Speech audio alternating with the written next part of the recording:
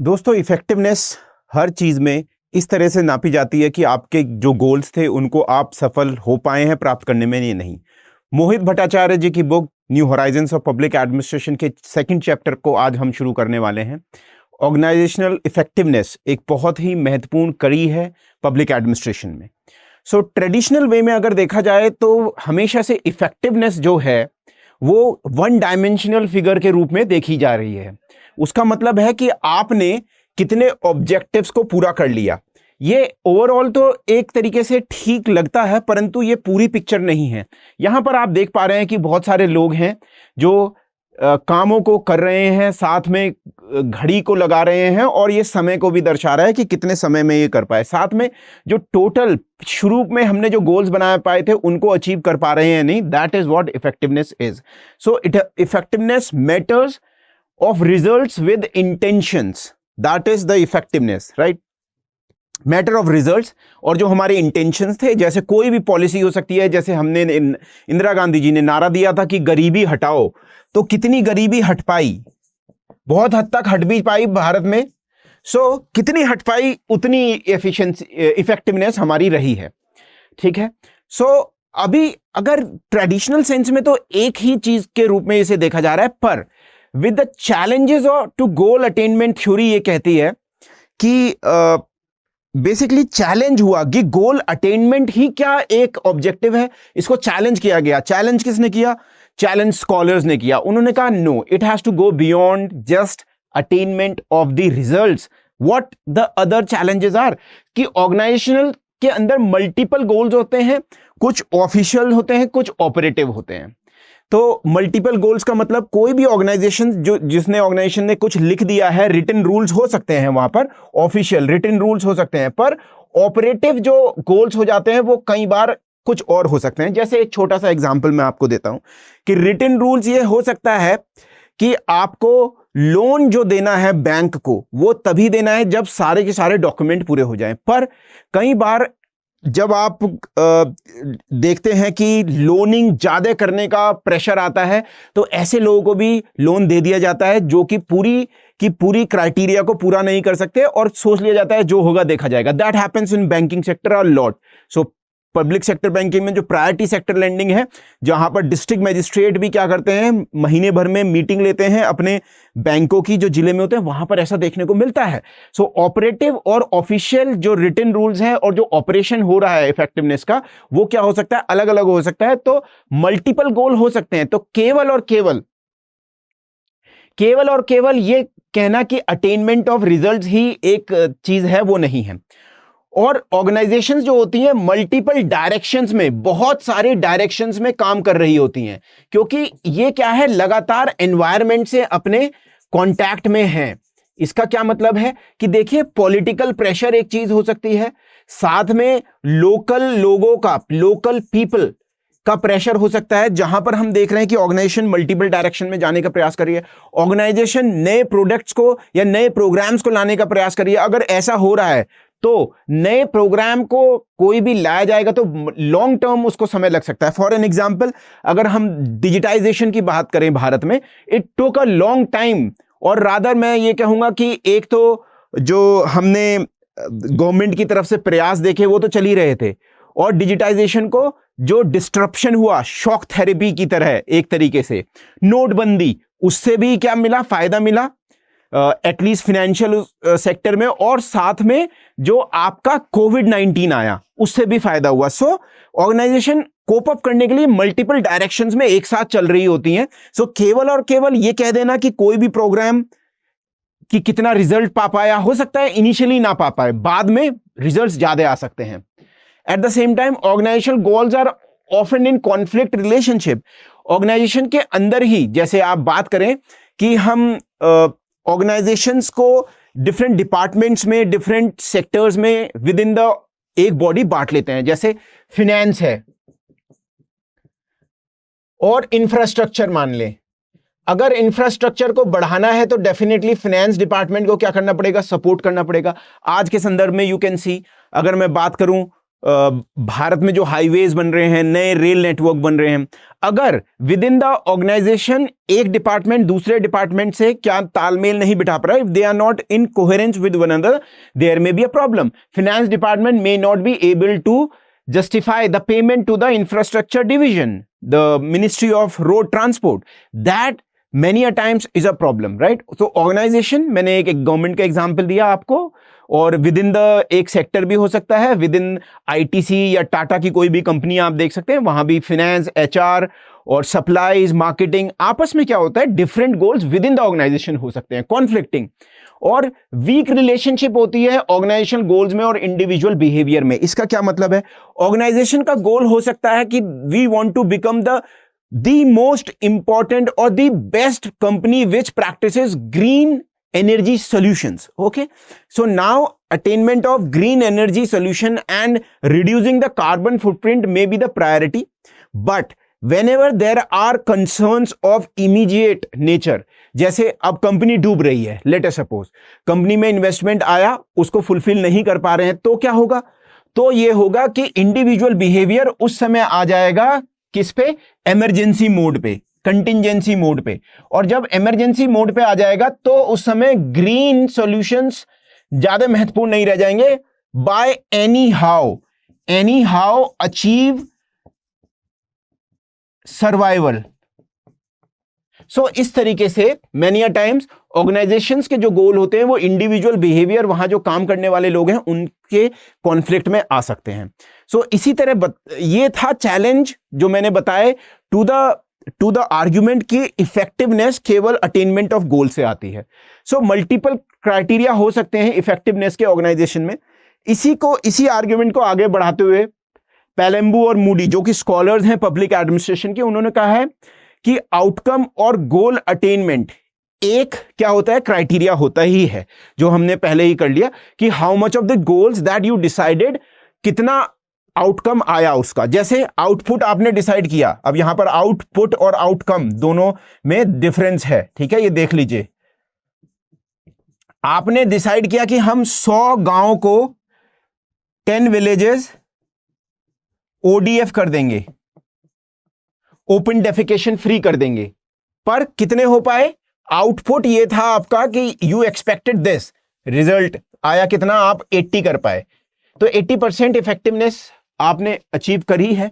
ठीक है, तो ये तो एक क्राइटेरिया है ही हमेशा से. इसके अलावा एडेप्टेशंस, ऑर्गेनाइजेशन जो अपने एनवायरनमेंट में अपने को ढाल लेने में सक्षम होती हैं, दोज ईदर रिलेटिव और एब्सोल्यूट टर्म में, पूरे में या थोड़े में ही, टू एक्सप्लॉइट एनवायरनमेंट में जो भी अपॉर्चुनिटीज हैं. मतलब जैसे भारत के संदर्भ में अगर मैं आपको समझाना चाहूं, डिस्ट्रिक्ट मजिस्ट्री या डिस्ट्रिक्ट लेवल की ऑर्गेनाइजेशंस जो हैं, वो अगर अपने पॉलिटिकल, रिलीजियस, कास्ट और एनवायरमेंटल, ड्राउट, फ्लड्स ये सब आ रही हैं उस जिले में, तब भी वो क्या कर रही है, सरवाइव कर पा रही है एनवायरमेंट में, और स्कार्स जो रिसोर्सेज हैं उनका यूज भी कर पा रही है, तो भी वो क्या है, एडेप्टेड बढ़िया कर रही है. तो ये भी एक इफेक्टिवनेस का क्या है, बढ़िया नमूना है. फॉर एन एग्जाम्पल, अगर कोई जिले ने एट द टाइम ऑफ कोविड-19 बहुत ही कम जो डेथ्स थी बाय दी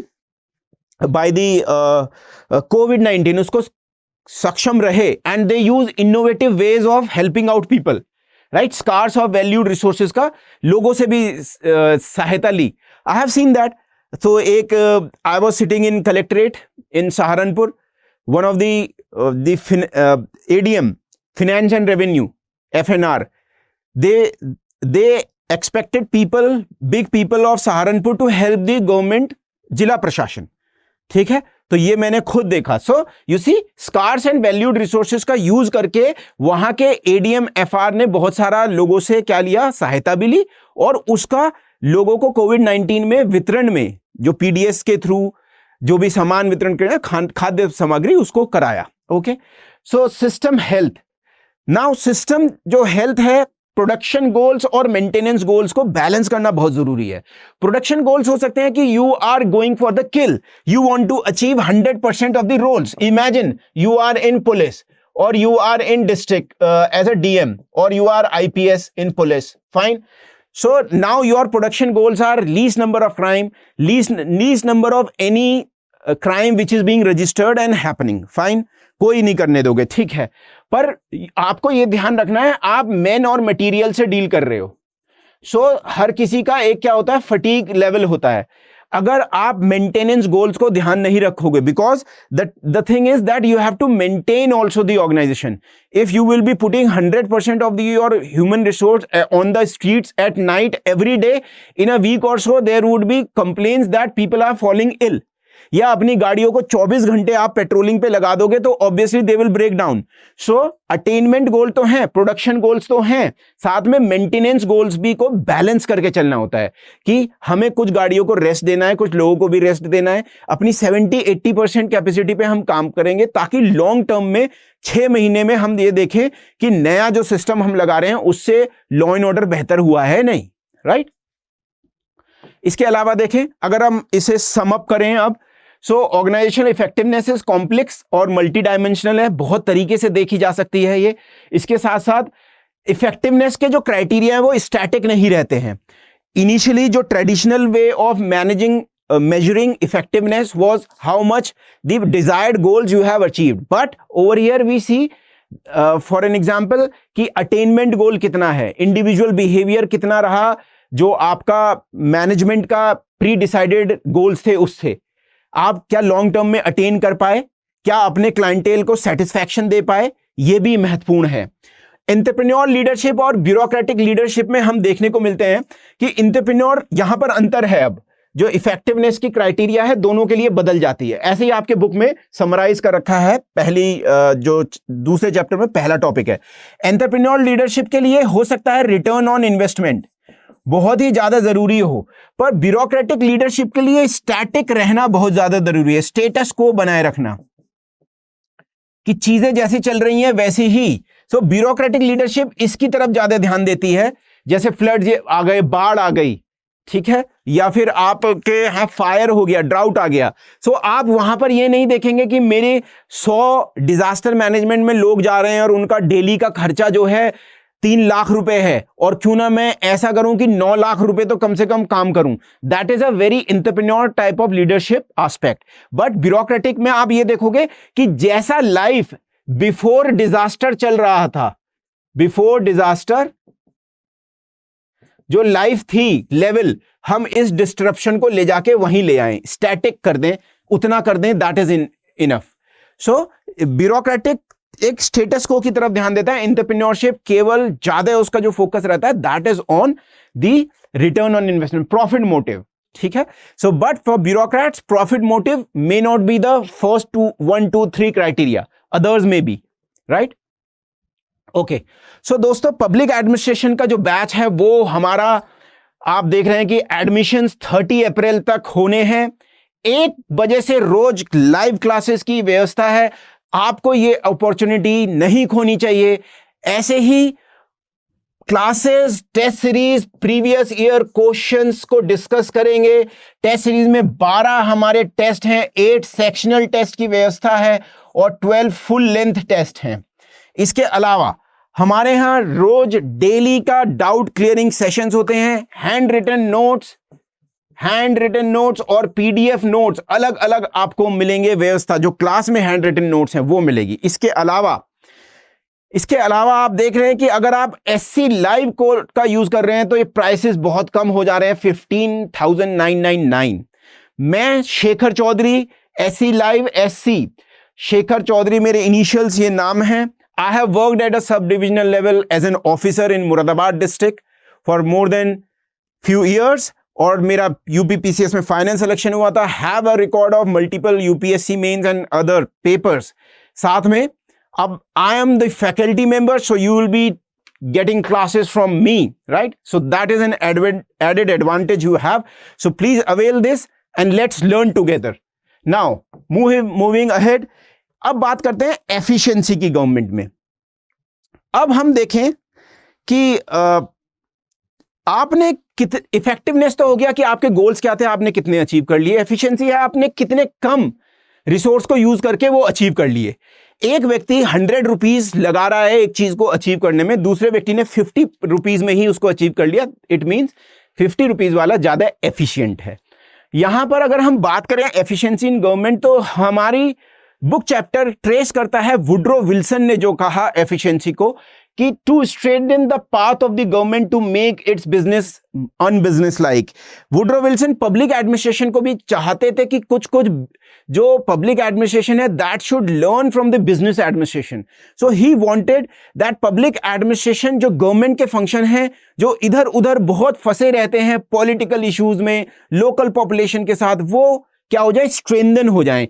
ऐसे ना रहे पब्लिक एडमिनिस्ट्रेशन का व्यू, ऐसे रहे, स्ट्रीमलाइन हो जाए, और साथ में ऐसा पब्लिक एडमिनिस्ट्रेशन हो जिसको वो ज्यादा अनबिजनेस लाइक, मतलब मोर बिजनेस की तरह हो, जिसका फंक्शनिंग क्या हो, इफेक्टिवनेस, एफिशिएंसी चाहते थे वो ऐसा हो, return on investment, profit motive की तरह काम करे, जिसे हम कह सकते हैं प्रोफेशनल हो जाए, ज्यादा पब्लिक सेक्टर प्राइवेट सेक्टर की तरह हो जाए। वो किस कंटेक्स्ट में कह रहे हैं, जो अमेरिका के कंटेक्स्ट में, यूएसए के कंटेक्स्ट में। He was, Woodrow Wilson was also the president of USA and got Nobel Prize as well. So he is one of the theorists in public administration we study.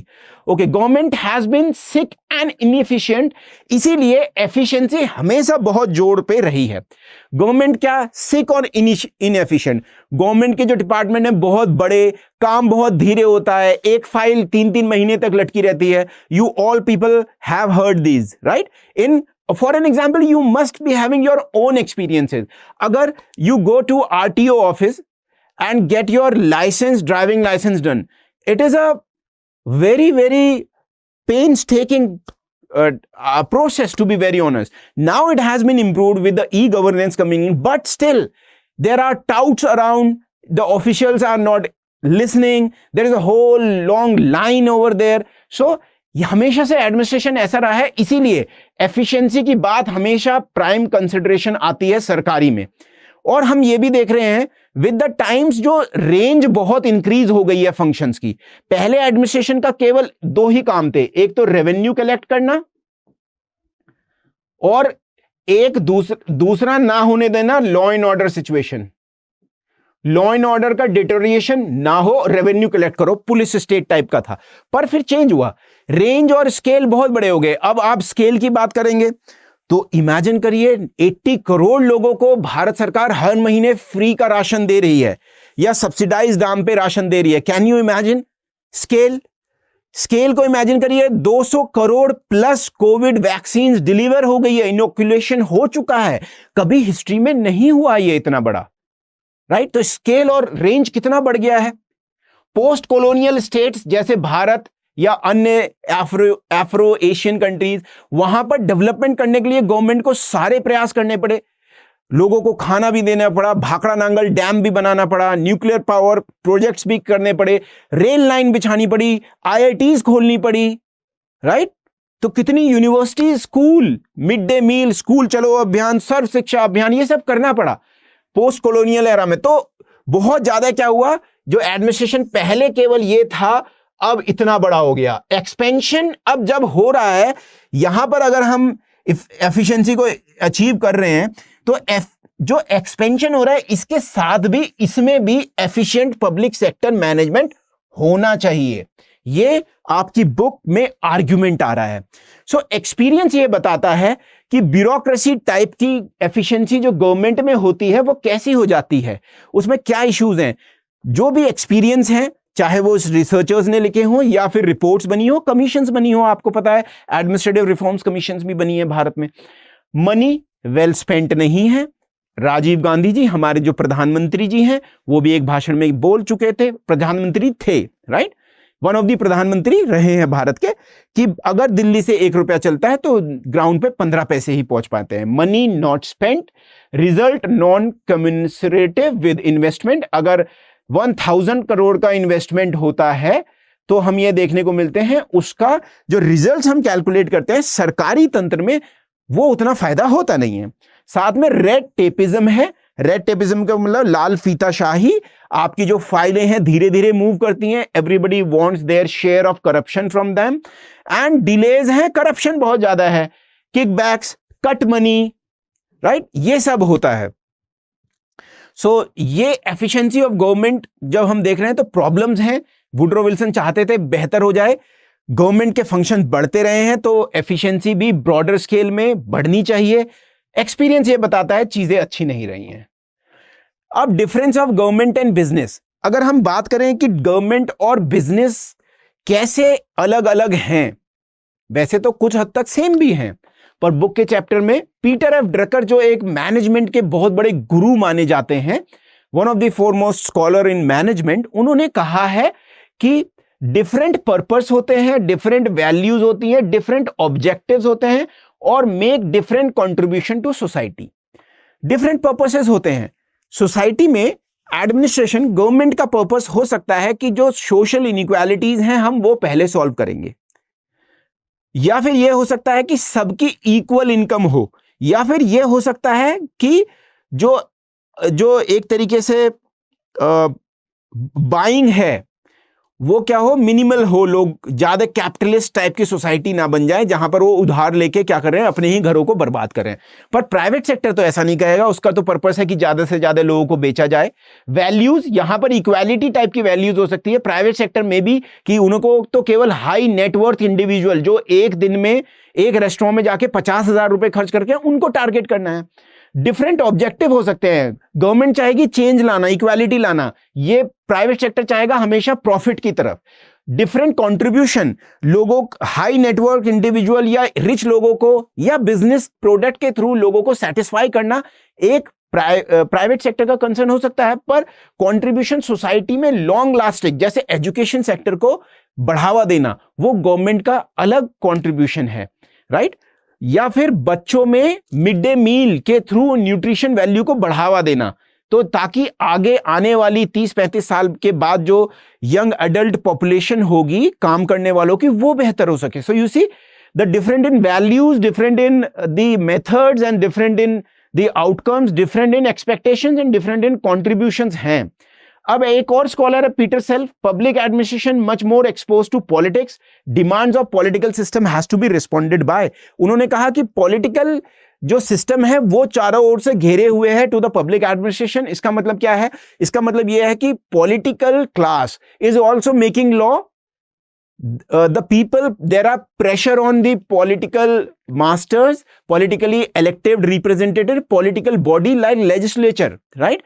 लोगों का जोर है कि आप हमारे लिए ऐसा कानून बनाओ, फार्म लॉज हमें पसंद नहीं आ रहे हैं तो वापस ले लो। ऐसा बिजनेस के ऊपर इतना बड़ा कोई कंसर्न होता नहीं है। आपने देखा है आजकल लोग ट्रेंड कराते हैं ट्विटर पे और अलग जगह पे कि cancel Snapchat, cancel Telegram, cancel, Twitter पे ही चल रहा है कि ट्विटर इज बैड, ठीक है। और चल रहा है जी फ्लिपकार्ट का बॉयकॉट करो, जोमेटो का बॉयकॉट करो, all these things, but still right that this pressure is momentary, 1-2 घंटे में लोग सो जाते हैं, खत्म, ठीक है। बट पॉलिटिक्स क्या है, ये ज्यादा घेरे रहती है पब्लिक एडमिनिस्ट्रेशन को। पॉलिटिकल सिस्टम की डिमांड भी पब्लिक एडमिनिस्ट्रेशन को माननी पड़ती है। पॉलिटिकल क्लास जो कह रही है वो भारत में भी आपने देखा है माननी पड़ती है ना। Business firm not integrated with the political system, business firms are not that much in cohesion. सरकार अगर कहे भी कि भाई आप बिजनेस वालों, आप ऑल सेक्शंस ऑफ सोसाइटी से, सारे सेक्शंस ऑफ सोसाइटी से लोगों को लो। इसका मतलब अगर भारत में मैं बात करूं, schedule caste, schedule tribe, other backward classes, इनका भी ज्यादा प्रपोर्शन होना चाहिए। बट आपको पता है बिजनेस फर्म्स कह रही है कि नहीं, we are not concerned with this, our prime motive is to make more money. तो अगर यहां पर सूट नहीं हो रहा है वो, तो वो मनी को ज्यादा प्रायोरिटी देंगे। पर ऐसा हो चुका है भारत में, जैसे कि इन्फोसिस ने स्पेशल ड्राइव्स भी चलाई हैं कई बार ओनली रिजर्व कैंडिडेट्स के लिए, ठीक है। ये मैं आपको बता दूं, खैर ये एग्जाम्पल मैंने समझाने के लिए आपको दिया था। और एडमिनिस्ट्रेटिव एजेंसीज क्या है, पॉलिटिकली ज्यादा रिलेटेड होती हैं rather than market environment. Market environment में काम करने का मतलब है how much profit you are making, how in least resources how much return on investment you have done, shareholders को कितना रिटर्न कर पा रहे हो। ऐसा एडमिनिस्ट्रेटिव एजेंसीज उस माहौल में काम नहीं करती हैं, इसलिए रिजल्ट मॉनिटरिंग भी अलग अलग होती है। फॉर एन एग्जांपल, कहीं पर पहाड़ दरक गया है तो वहां पर आप ये नहीं देखोगे कि 10 गाड़ियां लगाऊं या 20 कार्स लगाऊं। Your prime motive is to save people, save environment and save the whole of the mountain from coming down. Over there you can pump as much as money. You won't calculate कि मिट्टी का और पत्थर का दाम क्या है, right? So इसीलिए रिजल्ट मॉनिटरिंग भी अलग अलग होती है। अब हम बात करें, कुछ सिमिलैरिटीज भी हैं आउटपुट साइड में। ऐसा नहीं है कि पब्लिक एडमिनिस्ट्रेशन कितना ही पैसा खर्च कर दें और कोई देखेगा नहीं। रिजल्ट्स को देखने के लिए कुछ सिमिलैरिटीज भी हैं, इफेक्टिवनेस नापी जाती है, but that is not the only method, right. So 6-fold classification हुआ है by Peter self administrative outputs का, डिफरेंट तरीके से जो नापे जा सकते हैं डिफरेंट कंटेक्स्ट में। तो देख लेते हैं इन्हें।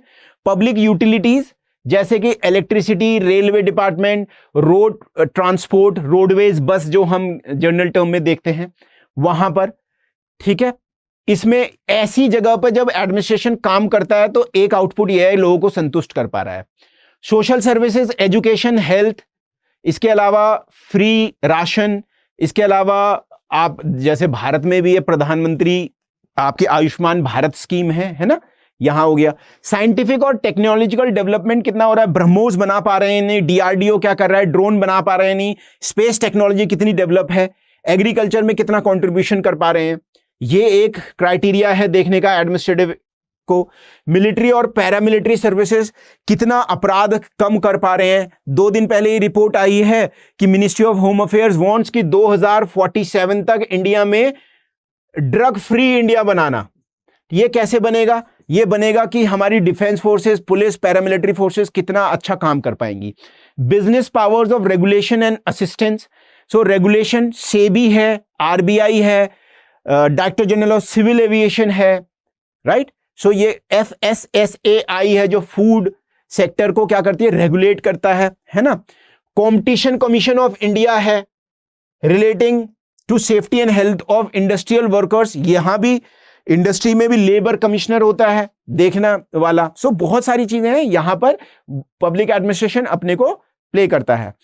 प्लानिंग ऑफ द इकोनॉमी, कहां पर कितने सेक्टर में, किस सेक्टर में क्या होगा, मनरेगा में कितना एलोकेशन किया जाएगा, या फिर police, paramilitary forces, defence sector में कितना होगा, एजुकेशन हेल्थ सेक्टर में कितना होगा, हाउसिंग सेक्टर में कितना होगा, एग्रीकल्चर सेक्टर में कितना होगा, माइनॉरिटीज को कितनी असिस्टेंस दी जाएगी। All these things have to be, social welfare, environment, have to be planned out, right? So 6-fold classification of different outputs administrative, ये मैंने आपको बताया। So अब हम चैप्टर में दोबारा से बात होती है लेटर पार्ट में कि मीनिंग ऑफ एफिशिएंसी। शुरू में हमने बात करी एफिशिएंसी इन द गवर्नमेंट, अब मीनिंग ऑफ एफिशिएंसी। तो गवर्नमेंट गोल्स डाइवर्स हैं, डाइवर्स पॉलिसी गोल्स हैं। गवर्नमेंट के गोल्स ये हो सकते हैं कि कहीं पर राइट ना हो, या न्यू एजुकेशन पॉलिसी जैसे है आपकी, सो उसके अलग गोल्स हो सकते हैं कि हमें बच्चों को बचपन से ही क्या सिखाना है, कोडिंग सिखानी है, राइट। और सब लोगों को हायर एजुकेशन नहीं ले जानी है, अगर वो 12th के बाद ही वोकेशनल कोर्स करके लग जाएं जॉब में तो वो भी बेहतर है ना। So Desmond Keeling, 3-fold classification of government task. So management in government, इनकी ये बुक रही है डेसमंड कीलिंग की, और यहां से जो आपकी बुक में 3 चीजों को महत्वपूर्ण दिया गया है वो ये है 3-fold classification of government task. Government task का नेचर कैसा होता है? कुछ government task call for quasi judicial attitude and methods. Quasi judicial का मतलब है कि अर्ध न्यायिक प्रक्रिया। गवर्नमेंट की मेथड, गवर्नमेंट खुद ही डिसाइड कर लेती है क्या सही है क्या गलत है। फॉर एन एग्जाम्पल, एनवायरमेंट जो है, कोई भी प्राइवेट सेक्टर कंपनी क्या कर रही है, एनवायरमेंट फ्रेजाइल एरिया में माइनिंग कर रही है।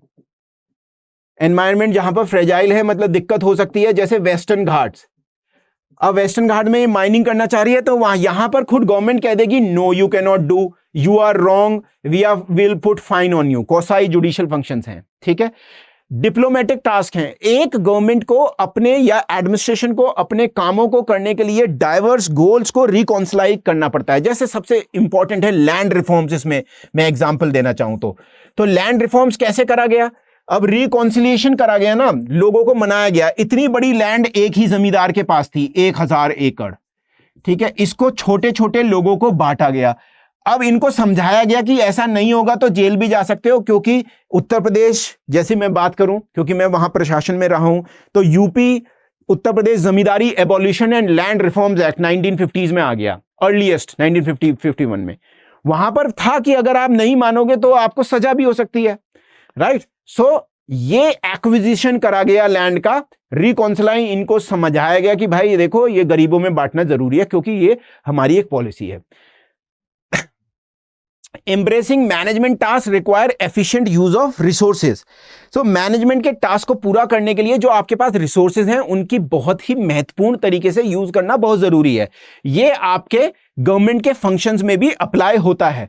सो एफिशिएंसी टोटली अगर हम बात करें कि आउट ऑफ द परव्यू रहती है, ऐसा नहीं है, but you see government is doing 3 different type of roles for classification of government task. ठीक है, मैनेजमेंट के टास्क को भी करती है, एफिशिएंट यूज ऑफ रिसोर्सेज को भी करती है।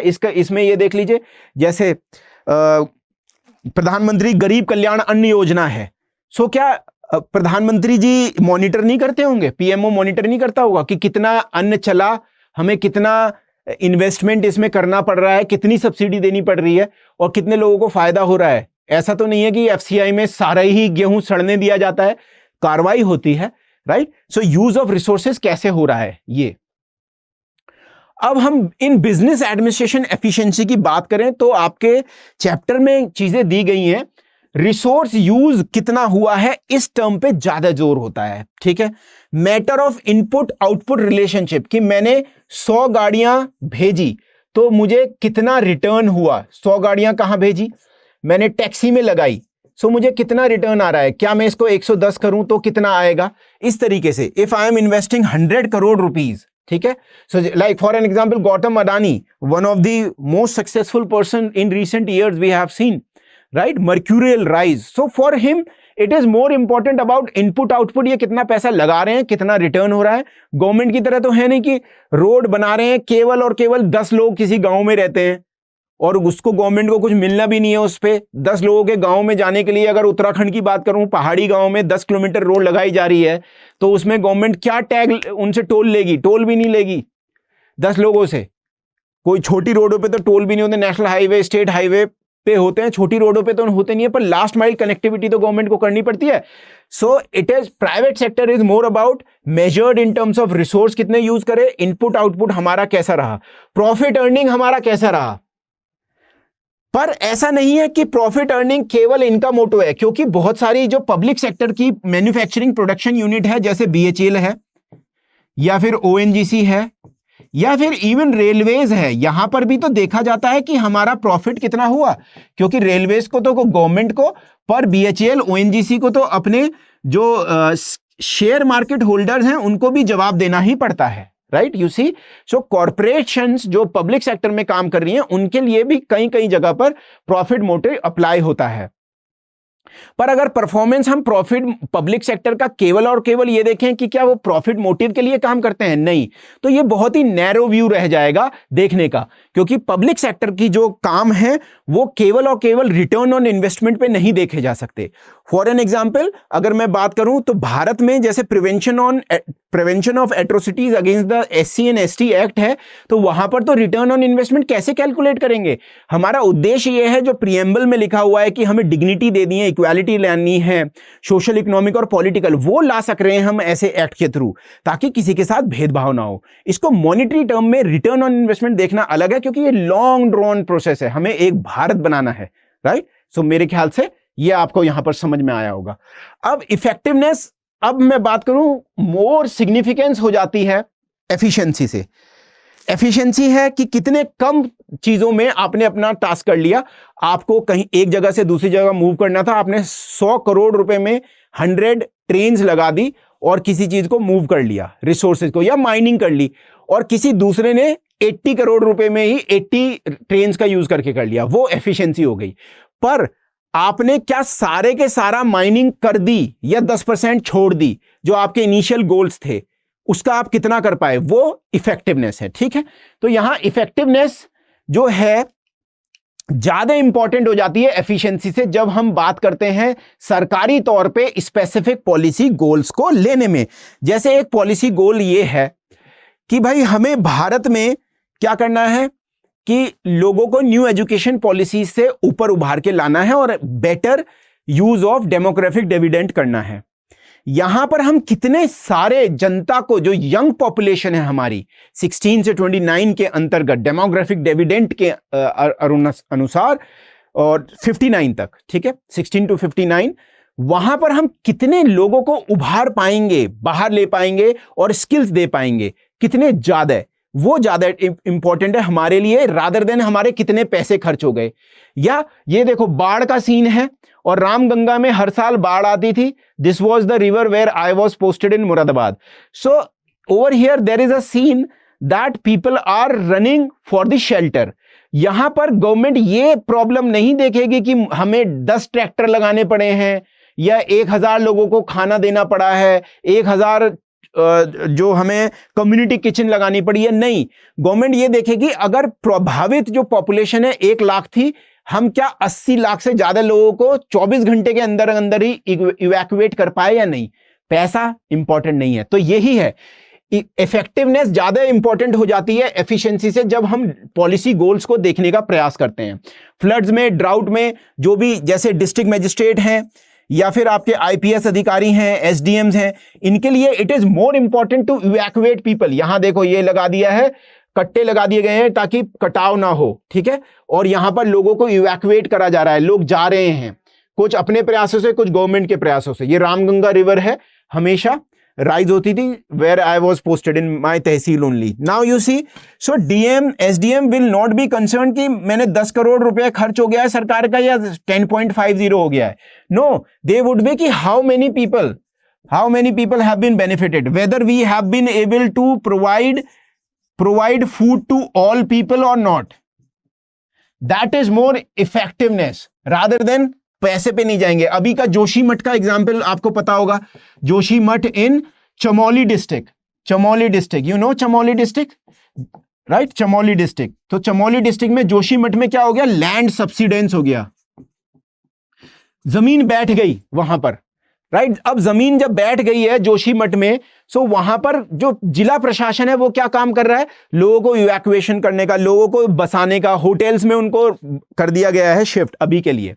वहां पर गवर्नमेंट ये नहीं देख रही है कि 500 रुपए ज्यादा जा रहे हैं, 600 रुपए, ये देख रही है कि जो लोग की जीवन है वो एटलीस्ट उस स्तर पे आ जाए जहां पहले था। तो यहीं पर आपकी बुक में स्टेटमेंट आ रहा है कि business management is guided by specific but socially narrow test.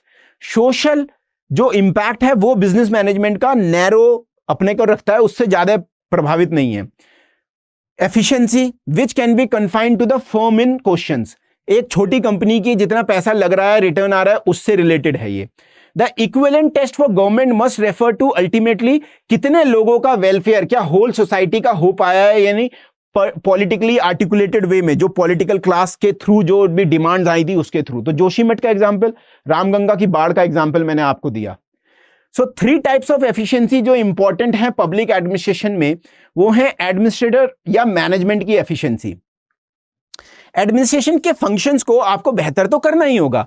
ये नहीं हो सकता कि जी हम तो सरकारी हैं and we do not concern about the efficiency. No, that you have to do, and when that you have to do, so appropriate methods and procedures लगाना बहुत जरूरी है। जैसे I have made one of the lecture that is on Lakhina model, right, you need to see that Lakhina model. आपको ये लखीना model का जो मैंने एक लेक्चर बनाया है वो जरूर देखना चाहिए। यहां पर एप्रोप्रिएट मेथड्स और प्रोसीजर उन्होंने लगाए। और लखीना जी कौन थे, अनिल कुमार लखीना जी एक आईएएस ऑफिसर है, लेजेंडरी, जिन्होंने जो आपके अहमदनगर डिस्ट्रिक्ट में महाराष्ट्र में पूरी के पूरी जो कागज वाली जो प्रॉब्लम्स थी, बहुत सारे ओवरबर्डन्ड जो मालखाने थे डिस्ट्रिक्ट मजिस्ट्रेट के पास या तहसीलों में, उनको सही किया, राइट। एक स्टडी ये है। यूज ऑफ मैनेजमेंट टेक्निक जैसे work study, time study, motion study, साथ में नेटवर्क टेक्निक्स का यूज करके एडमिनिस्ट्रेशन को बेहतर करना, ये भी क्या है, इंपॉर्टेंट काम है, जहां पर हम देख सकते हैं एफिशिएंसी को इंप्रूव करा जा सकता है। और ये हो रहा है। I have while doing one of my projects, I have used the motion study and work study, जहां पर आप किसी भी काम को छोटे घटकों में तोड़ लेते हो और ये देखते हो क्या इसे ऑल्टरनेटिव तरीके से करा जा सकता है। या फिर मोशन स्टडी, जैसे कोई एक व्यक्ति है बैठा हुआ काम कर रहा है, जैसे कोई let us suppose mobile phone को असेंबल कर रहा है, सो क्यों ना उसके, अगर उसे एक टेबल से ऐसे करके हर चीज उठानी पड़ रही है, क्यों ना हम टेबल यहां लगा दें, तो अब उसके मोशन कम हो गए, उसको केवल यहां से यहां फिक्स करना है, राइट, बैटरी फिक्स करनी है अगर मोबाइल में, ऐसी टेक्निक लगा के क्या बेहतर करा जा सकता है, राइट। एक policy efficiency, right policy decisions और प्रोग्राम्स को चूज करना जो ऑब्जेक्टिव को पा सकें। हम ये देखते हैं कि पॉलिसी एफिशिएंसी, कोई भी पॉलिसी बनाई तो उसको केवल और केवल हम रिटर्न ऑन इन्वेस्टमेंट के टर्म में या छोटे टर्म में ना देखें, क्योंकि हो सकता है जैसे सतलुज यमुना कैनाल है, लिंक कैनाल, ठीक है, सतलुज यमुना लिंक कैनाल है, पंजाब हरियाणा के बीच में इसमें बड़ा ही झगड़ा भी रहा है और खालिस्तानी मूवमेंट वालों ने भी इसमें इंजीनियर्स को मारा है। रिसेंटली इसी साल जब बजट सेशन पेश हो रहा था तो वहां के गवर्नर ने कहा हरियाणा के कि हम इसे बनाएंगे। अब ये जो प्रोजेक्ट है 15-20-25 साल से क्या पड़ा है, डंप में पड़ा है। पर गवर्नमेंट को यह देखना चाहिए कि पॉलिसी एफिशिएंसी में कि ये कितने दिनों में अगर आज भी इसको सफल हो जाए तो हम ये मानेंगे कि गवर्नमेंट क्या हो गई, पॉलिसी लेवल पे सफल हो गई। पॉलिसी फेलियर अगर हो जाता है तब हम उसे असफल मानते हैं। टाइम ज्यादा लग सकता है, पैसा ज्यादा लग सकता है। इसके अलावा सर्विस एफिशिएंसी, क्या गवर्नमेंट ने जिस सेक्टर को वो टारगेट कर रही थी उस सेक्टर के लोगों को खुशी दे पाई है, क्या उस सेक्टर के लोगों को सेटिस्फैक्शन दे पाई है। स्पेसिफिक टारगेट हो सकता है, जैसे प्रधानमंत्री गरीब कल्याण अन्न योजना है, ऐसे लोग जिनके पास कम है खाने को, राइट, या ऐसे लोग जिनके मिड डे मील के थ्रू सरकारी स्कूलों में जाने वाले बच्चों को क्या सेटिस्फैक्शन हो पाया है, न्यूट्रिशन उनको मिल पाया है। इस तरीके से सर्विस एफिशिएंसी गवर्नमेंट की देखी जाती है पब्लिक एडमिनिस्ट्रेशन में। सो मेजर्ड इन एक्सेसिबिलिटी, कितने लोगों के पास वो सुविधा पहुंच पाई, इंजॉय कर पाए, फैसिलिटीज का यूज कर पाए या नहीं। कोविड-19 में जो हमारा कोविन प्लेटफॉर्म है उसके लिए इफेक्टिवनेस इन पब्लिक एडमिनिस्ट्रेशन के लिए अभी 21 तारीख को क्या मिला है, अप्रैल को एक पुरस्कार भी मिला है, prime minister award for the excellence in public administration. Yes, we have been this, there has been service efficiency in CoWIN platform. It has been able to give 200+ crore inoculation to the population of India because designated service दे पाए, citizens का satisfaction हुआ और happiness उनकी बढ़ी, right? So these are the three of the method which are very important when we see judge the efficiency in the public sector. So you see small farmer development agencies हैं जैसे, तो ऐसी ये जीवन में क्या ला पाए परिवर्तन फार्मर्स के, ये एग्जाम्पल आपका दिया हुआ है, ठीक है, बुक में। सो स्मॉल फार्मर्स के लिए क्या ये परिवर्तन ला पाए, क्या इनको कनेक्ट कर पाए गवर्नमेंट के through, central government, state government के थ्रू, क्या इनकी समस्याओं को सॉल्व कर पाए स्मॉल फार्मर्स की, ये ज्यादा इंपॉर्टेंट है, राइट। जब हम बात करते हैं पब्लिक एडमिनिस्ट्रेशन में सर्विस के थ्रू जो क्लाइंटेल है, जो टारगेट पॉपुलेशन है, जैसे स्पेसिफिक टारगेट पॉपुलेशन है, मैंने यहां पर कोविन का एग्जांपल रिसेंटली ऐड किया, आपकी बुक में स्मॉल फार्मर जो डेवलपमेंट एजेंसी का जिक्र है, राइट। सो एक मैकेनिज्म है जिसके थ्रू फार्मर्स के पास तक लिंकेजेस बना के गवर्नमेंट पहुंचेगी। सो दोस्तों, ये हमारा चैप्टर 2 खत्म होता है और यहां पर मैं आपको जोड़ना चाहूंगा अपने आप से। पब्लिक एड बाय शेखर ये टेलीग्राम चैनल है और पब्लिक एड बाय शेखर ये आपका इंस्टाग्राम चैनल है। यहां आप मुझसे जुड़ सकते हैं।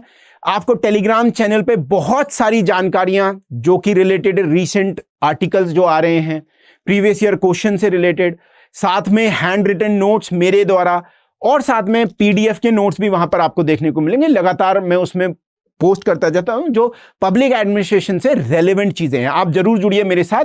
इसी के साथ मैं आपसे अलविदा लूंगा। Thank you for watching the lecture and let us meet again very soon in the next lecture. Okay, till then, जय हिंद, जय भारत दोस्तों।